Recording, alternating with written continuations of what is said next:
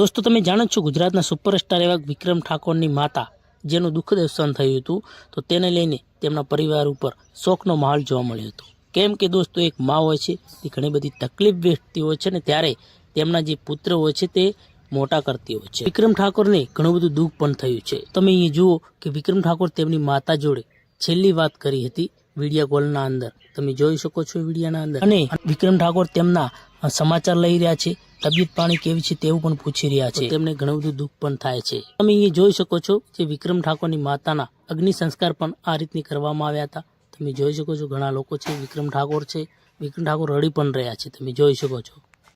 અને દોસ્તો મેં તમને કીધું ને કે માં એક માં હોય છે, બીજા બધા પગડા નવા હોય છે, કેમ કે તે ઘણી બધી તકલીફ ભોગવતી હોય છે। અને આ જમાનાના અંદર તો એવી ઘણા બધા લોકો છે એ તેમના દીકરા હોય છે વૃદ્ધ આશ્રમમાં મૂકીને આવતા હોય છે। તો પ્લીઝ દોસ્તો આવું મત કરજો।